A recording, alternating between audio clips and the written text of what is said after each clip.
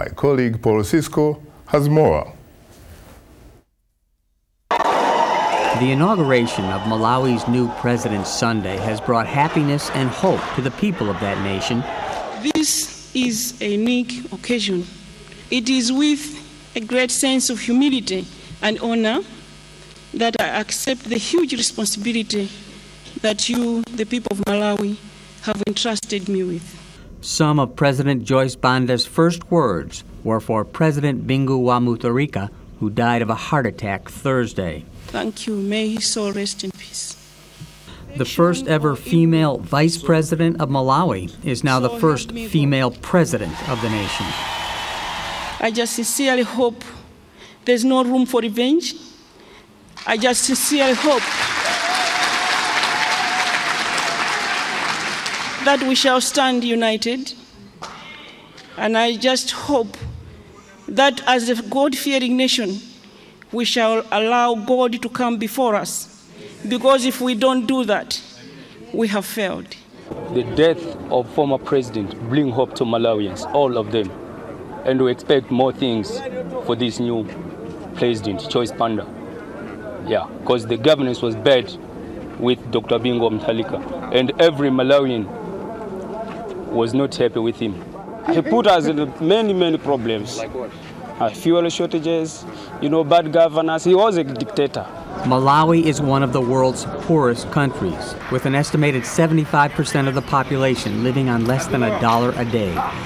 The economy did well under Mutharika until a falling out with a major donor, Britain, in 2011, resulting in the freezing of aid amounting to 40% of the government's spending, drying up fuel supplies and sending food prices soaring. It is yet to be seen if Banda, who retained the vice presidency in 2010 despite being thrown out of the ruling Democratic Progressive Party, will be able to act. Political analyst Humphrey Maula thinks so. She is somebody who would like to see things happen. She believes in, decency, high quality of performance by individuals. I think it's a question of coming up with a good, conducive, enabling policies that will actually turn around some of the things. They may not turn around so quickly within a day, but I think she can start a process. Mutharika, who led Malawi for 8 years, was grooming his brother Peter, the foreign minister, as his de facto successor. Peter Mutharika has been named the leader of the former ruling Democratic Progressive Party. President Joyce Banda is expected to run the country until elections scheduled for 2014. In Mali, a much more difficult transition has taken place and is underway.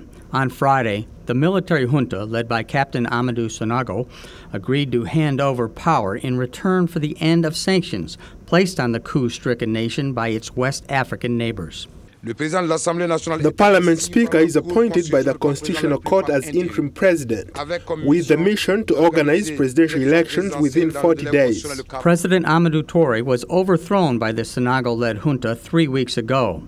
He submitted his resignation Sunday, part of an agreement between the Economic Community for West African States, or ECOWAS, and the junta to return Mali to civilian rule. Mali's Parliament Speaker, Dionkunda Traoré, shown here with junta members, will be sworn in Thursday as interim president of the fractured nation. He will serve as president with a transitional government until elections are held. Mali's political uncertainty has resulted in major territorial gains for Tuareg separatists battling under-equipped military forces in the north. Paul Cisco, VOA News.